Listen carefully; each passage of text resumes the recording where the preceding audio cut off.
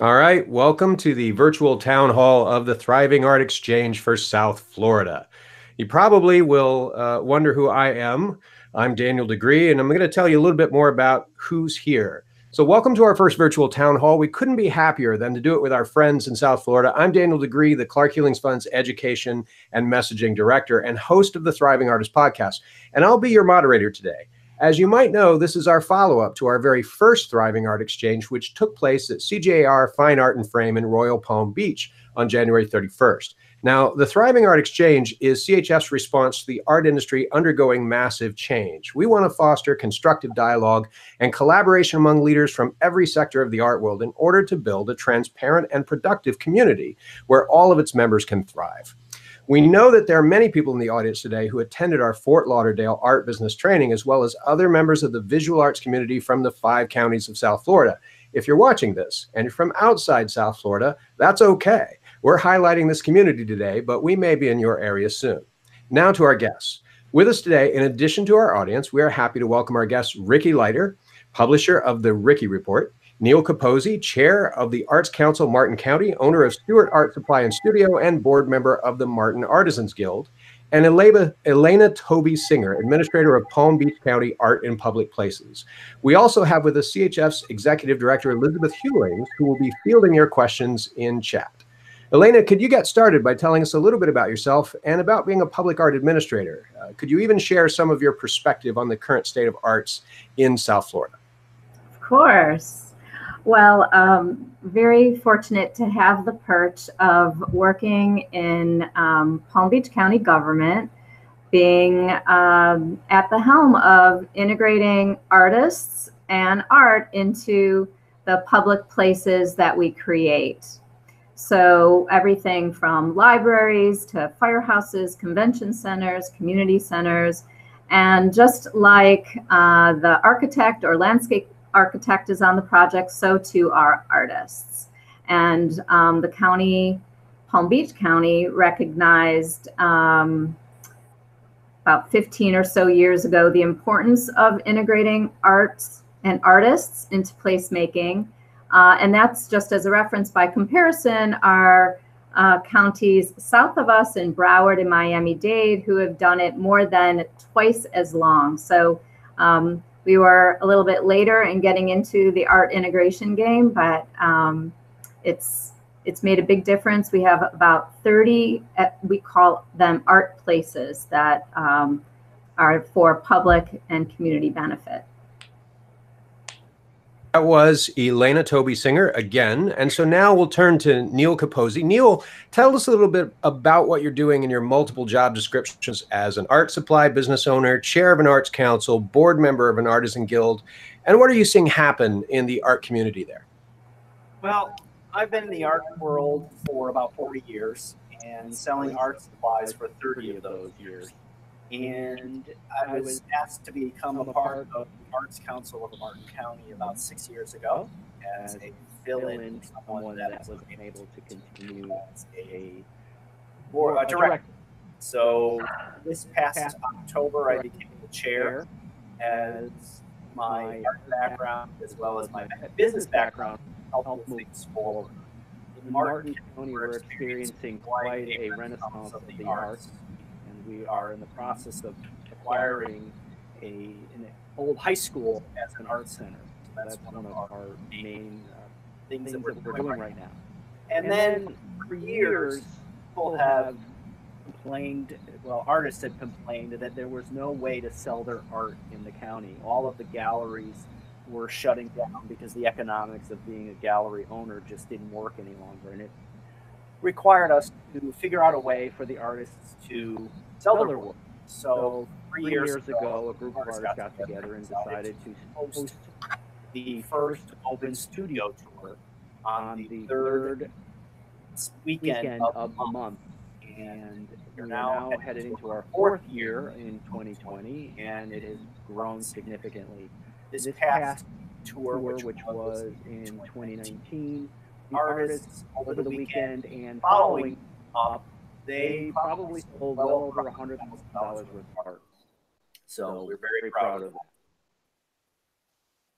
Fantastic. And now we're going to turn to Ricky Leiter. Ricky, could you introduce the audience of the Ricky Report? Would you share your perspective as someone who's in the hub, who is a hub, rather, in the art network in South Florida? Well, the Ricky Report started almost 8 years ago. I took my art consulting background from Massachusetts to Florida when we moved here, and obviously the art market had changed. You no longer walk with a big portfolio, going knocking on doors. I'm bringing my marketing background and my leadership development background from fundraising with Hadassah and the Dana-Farber Cancer Institute. And it was time to help artists network with each other and break down some of the walls that I felt were in place because people were afraid that other people were going to steal their ideas, and to say, you know what, we're in the sandbox together. We need to play together. And the Ricky Report was born. Half of our readers are artists. Half of our readers are art patrons. We have readers from all around the world. And we focus on the visual art scene of Southeast Florida. Fantastic. All right. So once again, that was Elena, Toby Singer, Neil Capozzi, and Ricky Leiter. All right. So we're going to start off with our first question. I want to take you to an imaginary world, a special world where artists are extremely well funded and arts organizations are even better funded. Think of it like where Trolley used to take us to the land of make-believe, if you grew up with Mr. Rogers. I love that land. Yes. Well, in this world, let's imagine all of you were given $1 million with the mandate, and I know that's not a lot of money anymore, but still $1 million with the mandate to support the South Florida arts community. How would you make it better for all of its stakeholders if you had those resources? Neil. Go. She threw Neil under the bus. I would like to see the money go into developing art centers, places where artists can work, collaborate, and expand. Neil, we're getting some feedback through your iPad, your secondary device. Is there any way you can mute that? We're hearing a lot of echo. I'm sitting next to Ricky and maybe coming through on her right side. So I'm going to ask her to put her hand on my right there. All right. So getting back to this, I would like to see us develop more art centers, help fund the art centers. Most of them are not for profit, so I would think that it would be great to be able to have a fund available to endow the organization and allow them to move forward into the future. So that's what I would be using the money for. I just want to ask you, Ricky, to summarize that because we had a little bit of sound drop off there. What did Neil say? Can you hear me now? Okay, here we go. So I would like to bring a caravan of resources around the state. I would like to kind of see this as an all-encompassing long weekend of panel discussions, how-to coaching sessions for artists, connecting them with vendors, artists of all ages and experience, bringing artists, art consultants, interior designers, builders, and other organizations like CHF, the American Craft Council, help teach artists how to do their elevator speech, have them connect with framers so that they understand the importance of good framing and how that represents who they really are at their best. Talking to gallerists about how should they be approached, talking to display companies. It doesn't have to be expensive, but it can look makers how to write professional book, or how to present your artwork, how to present a press release, how to write an artist statement. So I would see that as an intense 3-day, all-encompassing workshop in different You're places. talking about a convention in a way, the traditional, what Correct. in the comic world they would call a con, which is Correct. a mix of educational workshops, meet and greets between vendors and buyers, intellectual exchanges with thought leadership talks, and just a lot of networking as well. Is that what I'm hearing? Exactly what you're hearing. Okay. And it would take place long weekends, 3 different places, so people could get to them easily and they didn't have to expend a lot of money for transportation or hotel. So Elena, what are your thoughts on this? Well, my thoughts in looking at the national trends and what it is that other funders are doing, I'm seeing a lot of work that is addressing not only art for art's sake, but also the social side, the community engagement side, from social and educational issues and health issues. Certainly here in South Florida and around the country, around the world, we have environmental issues. We have tourism here. So looking at what are the individual industries and giving artists opportunities to think about their work as, the media is a message, if you will, and giving artists the tools to think, how is it that the work they do on the canvas, on the streets, in community centers can have an impact, both personally as well as beyond themselves in a greater social realm. I see that a lot with what the Knight Foundation is doing, Kresge Foundation, Art Place America, not only place-based work, even within the gallery setting, we see artists using their media as a message and as a link to a greater audience and a greater purpose. It's helping artists to ask themselves, what is the problem that I want to be part of a solution?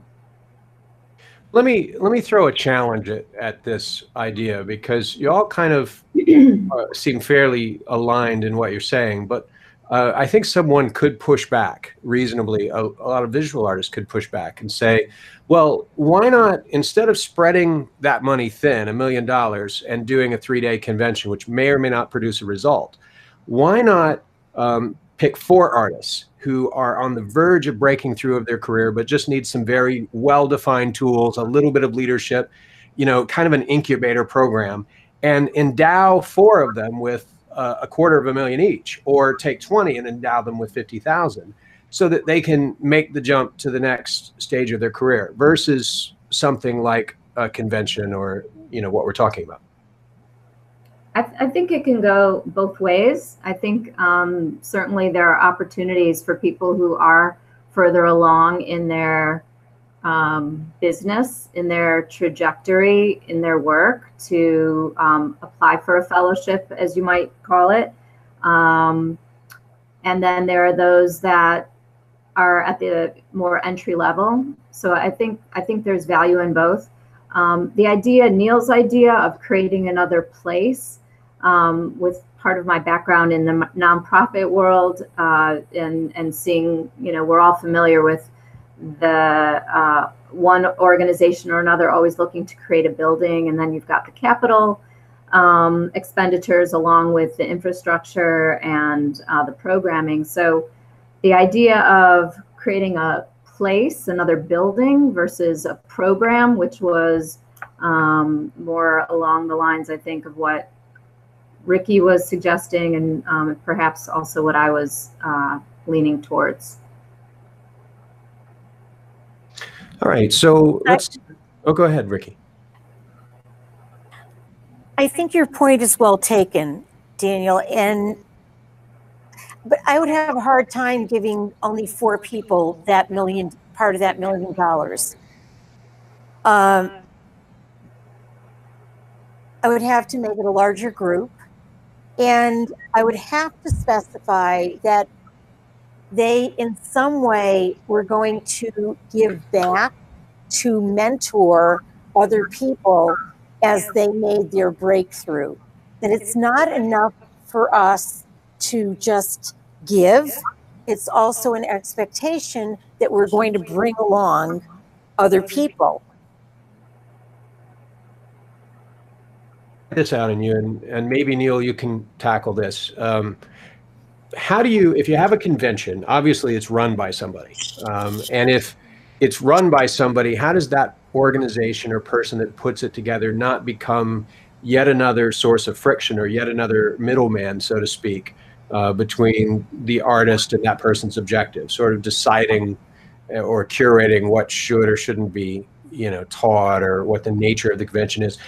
And I ask this, Neil, because we certainly do see a lot of these sort of micro gatherings happening across the country, and sometimes they could be mistaken if one is not careful for stroking the ego of the person putting it on, or being a source of customers for them if they're a consultant or whatever. You see that a lot with artist workshops, where a consultant sort of starts a series so that people that attend the workshop will then buy the next series and buy into their consulting practice. So how do you keep that from happening at the level we're talking about?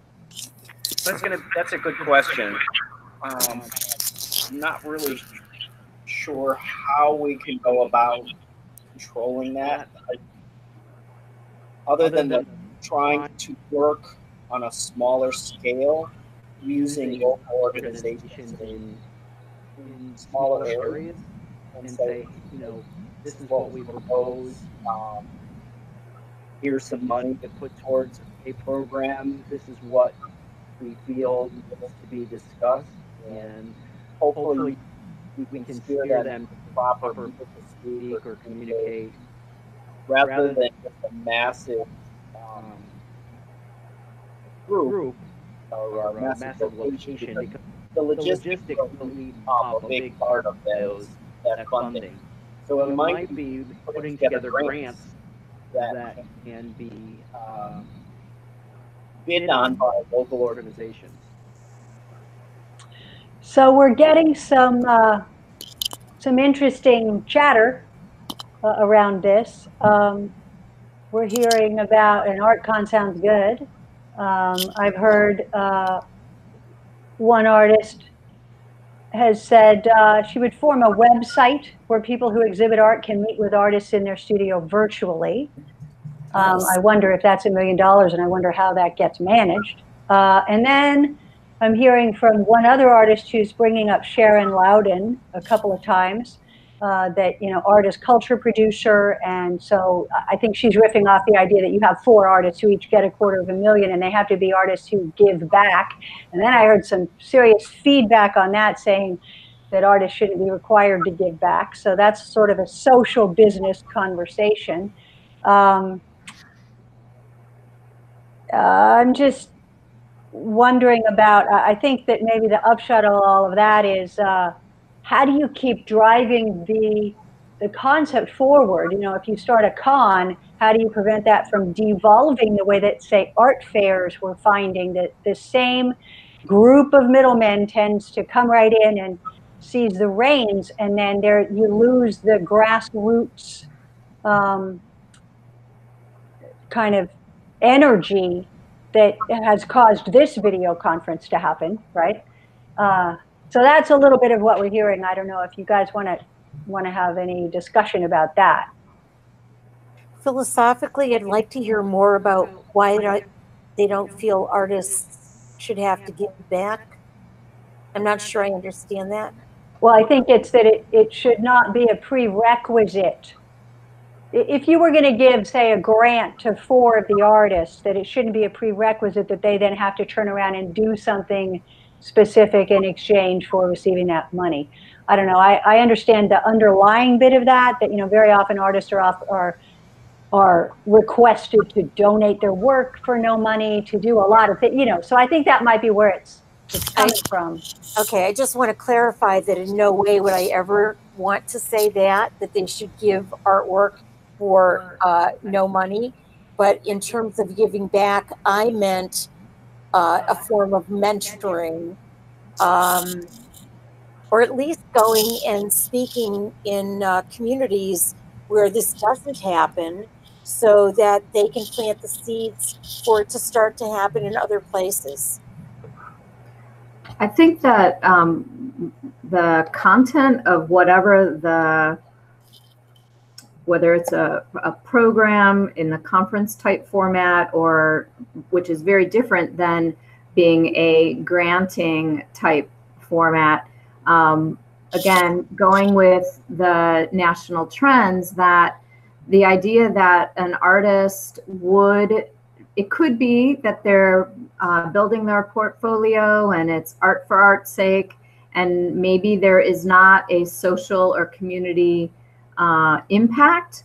However, I would actually propose that in keeping with not only the national trends, but also the needs, you know, that artists over, you know, eons, we have been the ones, artists are the creatives are the ones who are the solutions, who are working with businesses and working with governments, and within the public art sector, outside of the public art sector, artists are brought into water utility departments or transportation departments to help think through solutions. So there is a way in which I'm interested, and I see nationally artists are being elevated beyond the canvas, if you will, to have a role in society that's recognized on a different par than it is, I think, only to create for the gallery. So I'm interested in broadening the conversation into beyond the gallery as well, beyond sales at a gallery type thinking. Well, it's interesting, you know, I come from a world where the basis of human ethics is an exchange of value for value. So I have, as education director of the Clark Healings Fund, I have no compunction whatsoever of asking the people that we award fairly expensive fellowships to contribute to the fellow artists who are involved in that program, to the fund's mission, to be aligned with that mission. I don't want to take their artwork, you know, in that way, but the idea that art is such a good that it should just be given money with nothing in return strikes me that would make art charity. And that I find the notion of art as charity to be a little bit disturbing. I don't know, perhaps not everyone does. No, you're right about asking artists to give of themselves. And we would expect them to give a bit of their knowledge and their experience of how they got from point A to point B back to the community. It's because one person can help another person, and it's just a kind of a moving things forward. You know, I kind of look at the changes that have happened in the sale of art over the years. If it wasn't for the ability of Square or PayPal, artists wouldn't be surviving right now, because they would have no way of getting compensated for their artwork. So as technology has changed, so has the art world. Now it's time for money to be given, whether it's to an artist to help them work through, but then to move things along and experience. Is somebody nailing wood? I hear a lot of pounding. Okay, Neil, can you unmute on you guys' main video? I muted the wrong one. I'm cutting out the echo for you. Thank you. And I'm going to mute I'm going to try to mute your iPad so that we don't have that feedback anymore. Okay, great. Ricky, it looks like you're about to say something. I want to go back to, I don't remember who asked about kind of reinventing, if you had an art center, that you would be reinventing another place and whole system, and how do you get the community involved? Obviously, I think you need a visionary leader who can speak to all of these different groups and help them understand that we're going to move things along in a different way. And it's not going to be business as usual, and it's not going to be training as usual. But, that said, what the Clark Hewlings Fund is offering is an amazing opportunity for artists to grow at their own speed, on their own level. And I think we need more things like that. Well, let's pivot for a second, and I'm going to ask a follow-up question of a different kind. So let's focus a little bit on the South Florida art economy, so to speak. What are the top two things, just to pick an arbitrary number, that you would recommend that local artists in South Florida could do to capitalize on the existing resources like governmental and institutional opportunities they might be able to take advantage of, given that our mythical $1 million doesn't exist at this moment?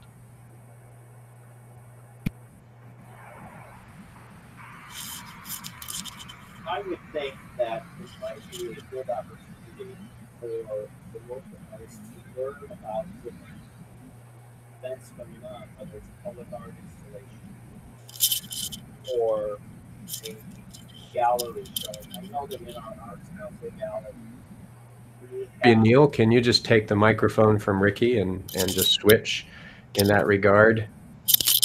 Yes, can you hear me? Yeah, totally hear you now. One of the things that we experience here in Martin County in the Arts Council Gallery is trying to reach out to artists to apply for our annual, we have many shows that we put together, and we're always looking for artists, but it's driving them to the website, getting them to apply, which is a very simple form to fill out: name, address, telephone number, email, several images. A lot of artists don't know how to photograph their work. They don't know how to make it look the best that it can. And they lack the computer skills that are necessary for applying for gallery shows, festivals, art exhibits, public art. So I think that that's something that's very important, that we need to help artists learn the technical part of this, that a lot of artists, because they're in the creative field, they never had the ability to learn about computers and how to do it. So there is this big gap that's going on with artists. Other thoughts about that? Somebody else want to weigh in on the top ways that South Florida local artists could capitalize on institutional or governmental opportunities? Well, one of the things that, Ricky, go ahead. Go ahead. No, go ahead. Okay. Couple things come to mind. Earlier when I said this idea of integrating artists into business and government and helping government and business think. Right now, at least here in Palm Beach County, over the years, let's say the last 10 years, 15 years ago when I started as the director of public art for the county, public art was it was new. It wasn't new just for Palm Beach County. It was just new, kind of nationally. Now it's expected. You go someplace, it's part of the cityscape. It's part of the environment. And I think similarly, or as part of that kind of trajectory, I think nonprofits, businesses, governments are also, there's room for all of us to learn how to work with artists beyond just the response to a call to artists to have an exhibit or to make the place pretty, right? And so I think I'm going to go to the, it's not only how can we support artists, but it's also how can we support businesses and organizations and governments to understand how to better work with artists. I think there is an undervaluing of artists that is a result of not, artists are not valued as an architect or a landscape architect or even an interior designer. And yet, of course, everybody wants fill in the blank, the mural, or wants the place to have art. And it's an undervalued commodity. It's an undervalued, therefore, budget often for the artist. So I think, the educator in me is coming through, and having been on the currently in the governmental, in the past, nonprofit and private business, I've seen over the years and over all the phone calls that I get in my office all the time of people wanting to work with artists, but not knowing what it takes, and what the two-way street is. I see that it is, the answer is in part supporting artists, but it's also supporting the organizations to have a better understanding of how they can employ artists, support artists, and benefit from partnering with artists. Okay. What is the common denominator in every community? The public library. So, what if we didn't have that $1 million, but we had some resources and a lot of volunteers who would love to share and bring people along, and we did some kind of give and take seminar like that at different public libraries. The public libraries also have the opportunity to teach people who don't have the computer skills how to use the computers. It's free. There is no charge. All you need is a library card. And it goes back to a few days ago. I was doing a consult at a gallery, and an older artist, a more seasoned artist, walked in and said, "I'd like to show you, the gallery owner, some of my artwork." And the gallery owner politely said, "Well, I'm in a meeting. Why don't you give me your business card?" Well, the artist didn't have a business card. And I gave her the Ricky Report business card, and she said, "I don't have a computer." And I suggested that if she go to the librarian, a librarian could help her look and see how to get on. And not only that, but they would also have classes. And it was this aha moment for this woman. Like, I never thought of the library for that. But that's something that all the communities have. So we don't need to reinvent the wheel, and we don't need to spend money investing in the structure. It's there. I'm hearing there is that a resource doesn't necessarily have to be art specific or artist specific. So for instance, if there are community colleges at night that will show you how to, I don't know, use a free tool like Canva to produce a business card, it doesn't really matter if you're an artist or a plumber or a lawyer. You can take advantage of such a resource. So I like that. Tools that fit everybody. That's a pretty good point. Let me ask you this. Focusing a little bit more on the South Florida art community in relationship to other parts of the United States and also other parts of Florida, can you sort of compare or contrast your art market with Miami? Do you ever feel, in other words, like the redheaded stepchild of that bigger region that's just on your border? And if so, if it is sort of considered, you know, secondary in that way by some people. How does that affect the art community there? I think I'm going to take this first. 11 years ago, when we first came to South Florida, definitely Miami was the hub. And almost 8 or 9 years ago, Freddie Hennevelt, Rolando Chang-Barrero, and Craig McInnes called a think tank together.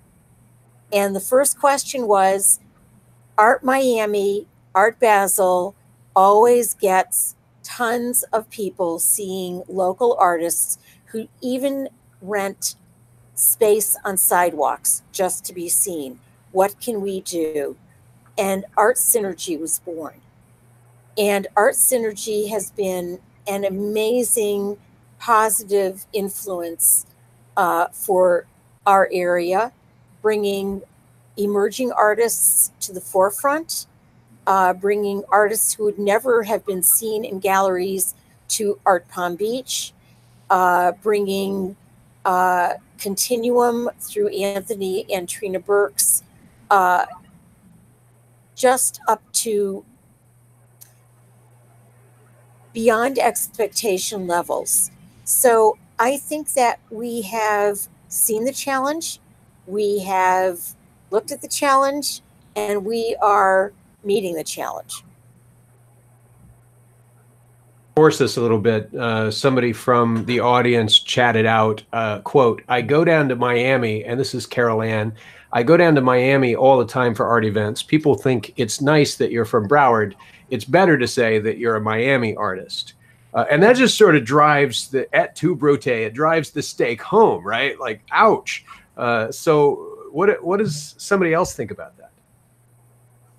Well, being here up in Martin County, we're 100 miles away from Miami. So it's a significant distance. You can't just drop into the car and drive down to an art exhibit that's happening at 7 o'clock, because by the time you get home, it's after midnight.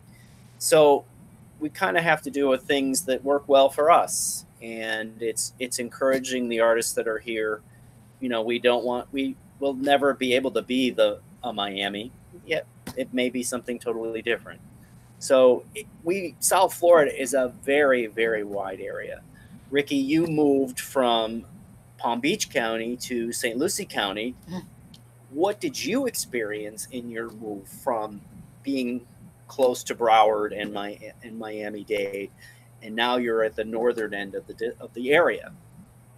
Well, beyond some people actually asking me, was I still going to be able to publish the Ricky Report in Port St. Lucie, to which I answered, they just got electricity and plumbing a few months ago. And I looked at them dumbfounded. Like, how could you be so stupid? But okay, I was thrilled. I was amazed. I was excited about the vibrant art community that is here that no one knows about once you pass Palm City going south toward Palm Beach Gardens. And there's this in between Palm Beach Gardens and Vero Beach that is a no man's land in terms of people not being aware.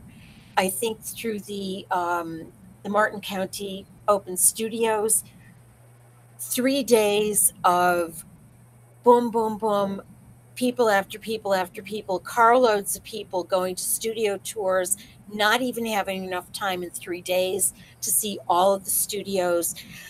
There's become an awareness now, and especially in using the Ricky Report, to let people know that there's more culture up here than anyone could have ever imagined. And it's a lot of self-driven.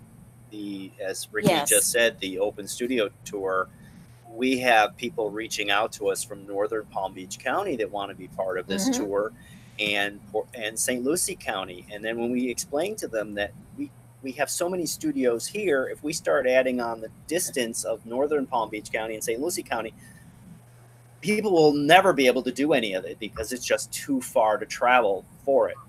We've also talked about the possibility of having several weekends, but the logistics of trying to do a north-south kind of an event is just, we've just become another promoter.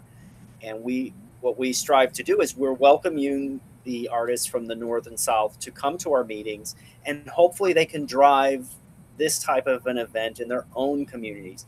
Give them kind of an incubation saying, hey, this is what we've learned. These are the mistakes we've made. This is where we're going in the future.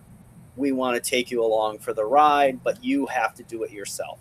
And that's what I mean when we talk about giving back, is that we do it ourselves, we learn, but then we share the information, which I know Elena Toby is just such an integral part of that sharing with everything that you do for Palm Beach County. I don't know if people understand how large Palm Beach County really is, so maybe you could tell them. Before I do that, I saw that Elizabeth was trying to get in. Is that Elizabeth? Did you want to add something? Yeah, thanks, Elena. I was going to say there's a lot of coming up in the chat having to do with how to get to Miami and be seen. And I think the point that I'm hearing here is, why do you have to get to Miami? Isn't it possible to build a way to, create your art and survive doing it in the northern counties of South Florida, right? Yeah. So I was going to ask that you chime in more on that, but I think you're already headed in that direction. Yeah, Miami didn't happen overnight. Lincoln Road was, it's the classic, right? Anywhere no one wants to go. And then the artists come in and we create beautiful places. We create, Lincoln Road was the place that no one wanted to be, and now artists can't live there. And so everything takes time. Miami, the Basel effect, as it's called, didn't happen overnight.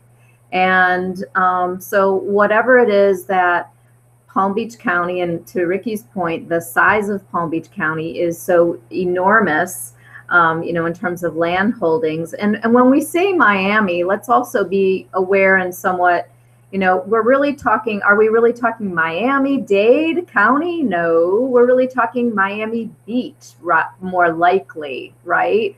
Or, maybe Miami, the city, but there are a lot of cities within Miami-Dade County.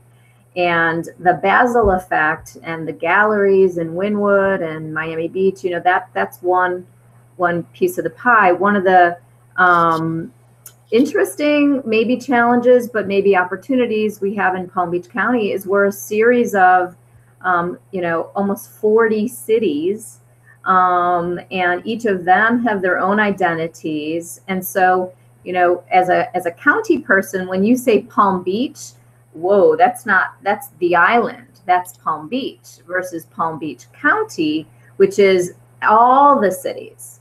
And there's the Boynton identity, and there's the Delray identity of possibilities, and there's the West Palm possibility, and there's the Highland Beach, and it goes on and on and on. There's almost 40 cities. So, Rome wasn't built overnight, and Palm Beach County and the various cities are each making their own efforts along with the nonprofits. So I know that artists are frustrated and think that Palm Beach County and the Palm Beaches, as an easier perhaps way to say it, the Palm Beaches don't offer what Miami does, but be part of creating that. Instead of just dissing it. I think it's going to take time, and it is happening more than ever before, through public art, through gallery opportunities. Arts are really part of the fabric of the Palm Beaches more than ever before. But I'd just like to add, and the irony is that at the Clark Hewlings Thriving Artist Exchange kickoff, we invited artists from Fort Lauderdale, the Fort Lauderdale area, and a large number of them attended. Why? Because they feel that they are too well known in Fort Lauderdale. They have saturated the area and they would like to move north with their artwork. So, you know, different perspective. Ask you guys this. So, what do artists need to know about collectors in the northern counties of this area? Because I'm asking because you think of certain parts of the country and you know that realist art, for instance, it sells a lot better, or certain types of Native American art in the Southwest, that's a hot market for it. Is there something that people in this area need to know before they, just go to market willy-nilly? And then also related to this, I'm wondering, who is, you currently have the Norton Museum's big renovation going on, and the area is really in transition over in Palm Beach. Is that a good thing? And who and what else should we know that's happening there or that's making a difference for the artist? Those are several questions. So yes. In terms of collecting, I would say if you look at the fairs, not the galleries, but if you look at what are the fairs, I'm gonna say contemporary art, which of course is a very broad stroke, and that is inclusive of various genres within. But I would say on the surface, at least based on looking at the success in the fairs, you've got you've got several contemporary shows. Something like Basel within the convention center, of course, you're going to have the contemporary as well as, it's always the joke, it's all the dead artists that are shown. Elena, Ricky, what are your thoughts about this? I'm sorry, Ricky and Neil.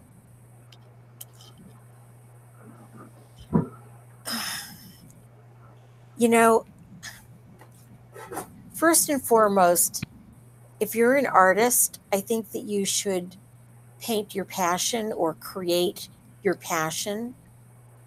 And if the audience isn't here in South Florida, but you are, there's a whole wide world out there, and there's an internet, and there are plenty of resources to find ways to be a thriving, not starving artist by selling your artwork. Does everyone want palm trees in South Florida as their decor? Probably not, because you look outside and there they are. But that said, there are lots of people who sell a lot of artwork of palm trees. So I don't want to be stuck in a category, Daniel. I just don't want to be, put into a peg into a square hole.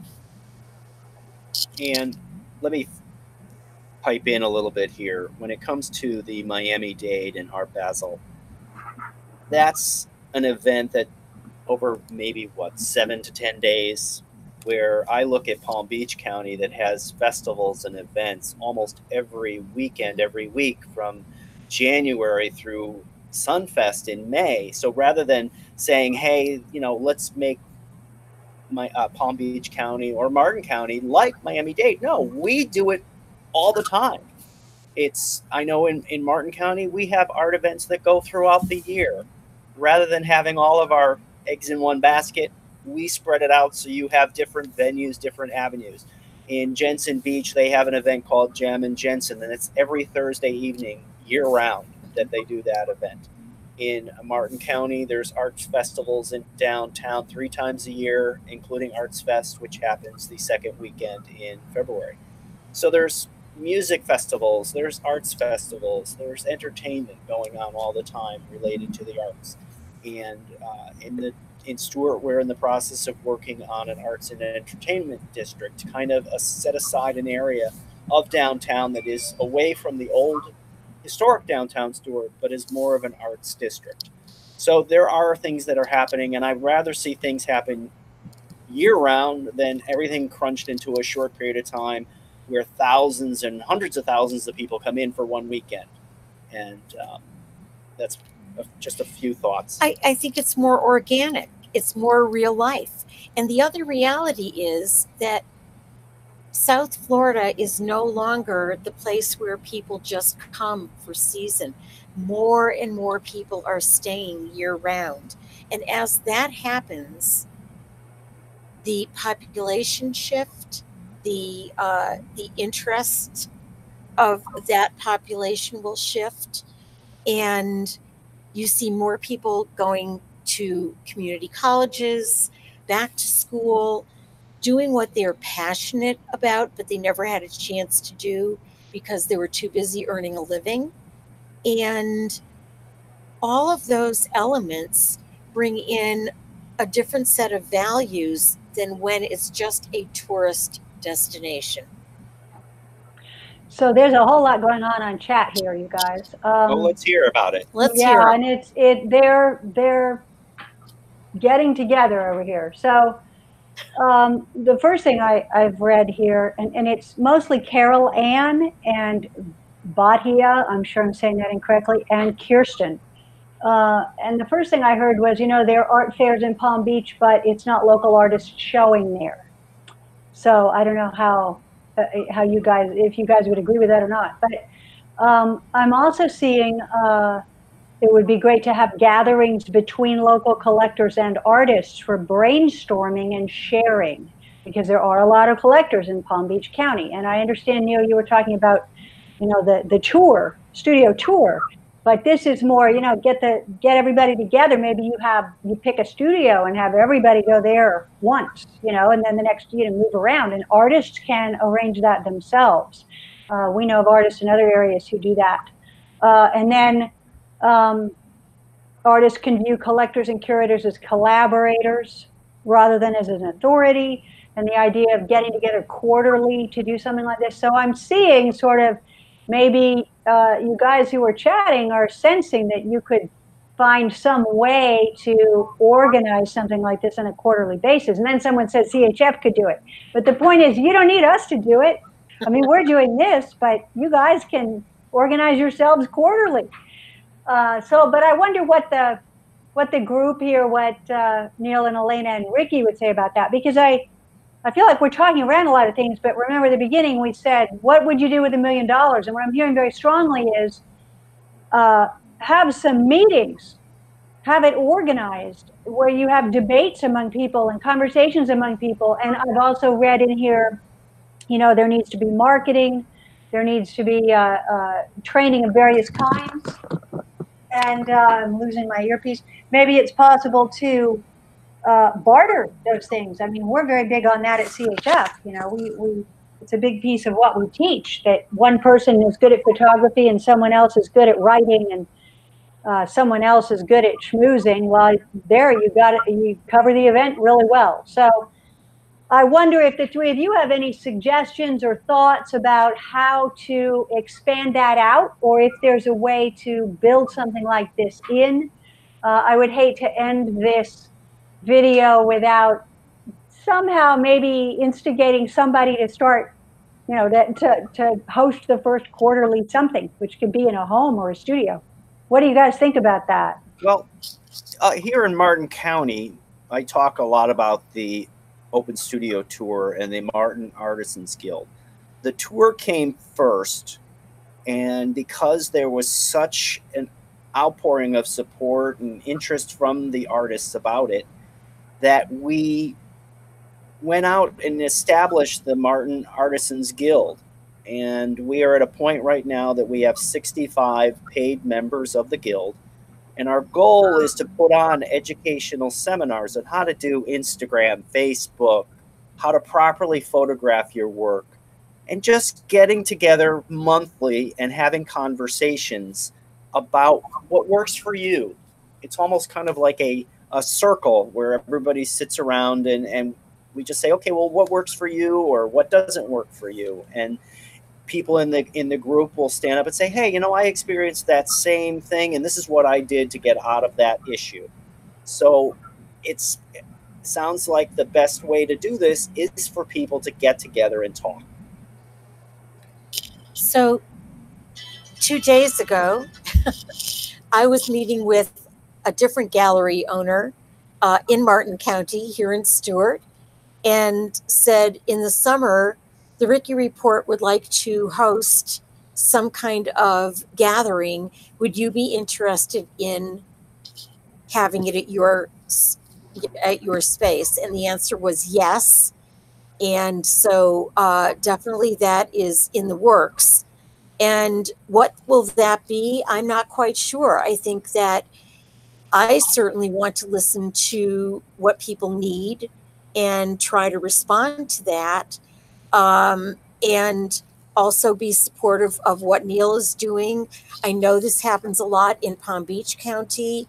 I know Trina and Anthony Burks do a lot of that, kind of mentoring and listening and meeting. And I think we just need to do more of it.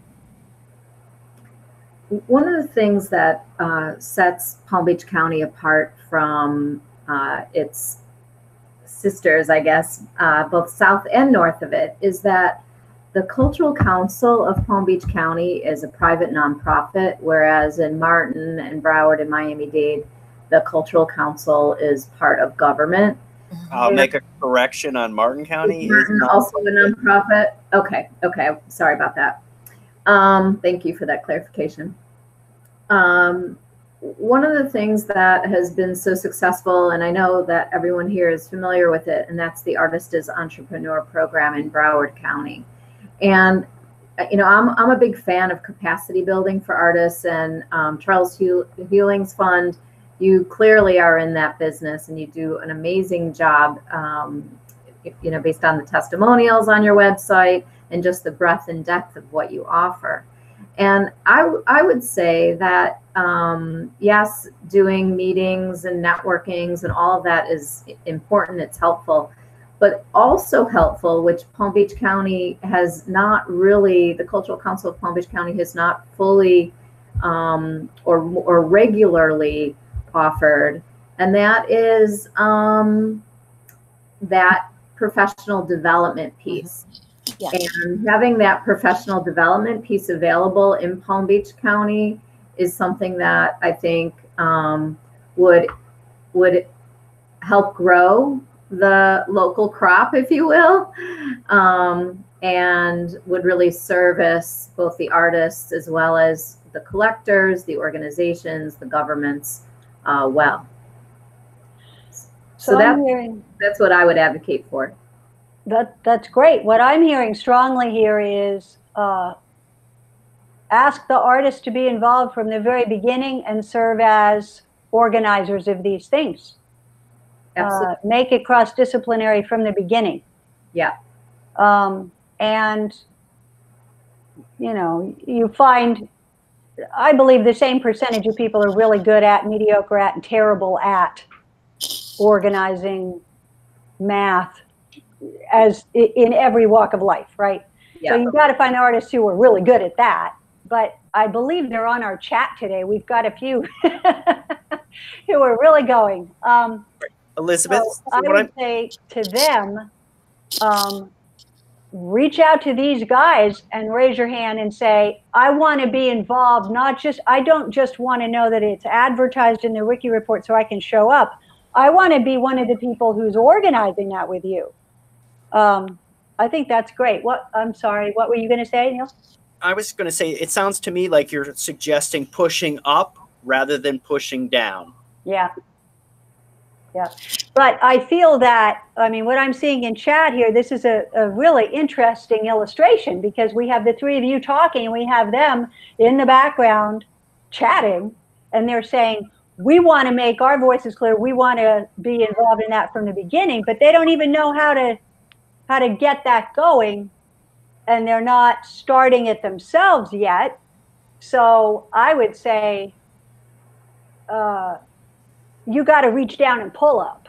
Okay. Okay. And at the same time, I want to go back to what Elena Toby mentioned, and that is my hope it was my hope, and it's still my hope, that in bringing Clark Hewling's fund to Palm Beach County, brought more awareness of the possibilities of bringing that kind of training to Palm Beach County without having to reinvent the wheel. And the reason that I invited people from St. Lucie and Martin County to that event was the same thing, that we don't have to reinvent the wheel. It's already invented. Let's use it. Yeah. Elena, could you tell us more of how you interact with large organizations? I don't know. That's just a straight up question. Sure. Palm Beach County Public Art is, well, let me say this. The question suggests that I may be confused with being the Cultural Council of Palm Beach County, because often people think I work with the Cultural Council of Palm Beach County, but I don't. That is, as we just said, a separate organization from the government, a nonprofit. It does get, maybe this is the answer to the question, the Cultural Council of Palm Beach County does receive funds from county government that gets regranted to the organizations. But as the county's public art program, I'm a support to artists who are working with organizations. I'm certainly a resource to organizations who are looking to, so I'm a connector between artists and organizations, and businesses and organizations, and artists and governments. But the work that we do primarily is commissioning artists to integrate work into public buildings, as well as, I forgot to mention, curating and managing the permanent collection at the Palm Beach International Airport, as well as the changing exhibitions. So I don't know if that answers the question. So if I'm an artist and I think my work belongs in any of those places, how do I go about making sure that you know of my work and could possibly curate me in somewhere? Sure, that's a great question. So the county on our website has a place where you can enter your contact information into our artist registry. So that's pbcgov.com, www.pbcgov.com/FDO, which is Facilities Development Operations /art. Or if you just look up Palm Beach County Art and Public Places, you'll see my little face on the landing page, homepage, and then on the left, I think it is, you'll see Artist Registry. And once you're in the Artist Registry, you're in our loop, and anything that comes across my desk that I'm forwarding on to both local Palm Beach County, statewide Florida, and national artists. So it's a national network of information that we share.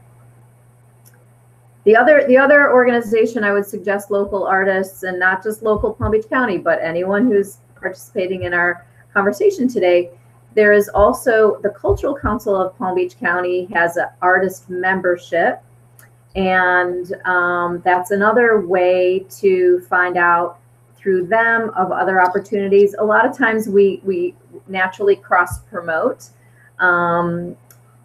but because the Cultural Council of Palm Beach County, one of their responsibilities or missions is to service the cultural arts organization of the Palm Beach County, they also have a direct link in different ways to the arts organizations that you're alluding to.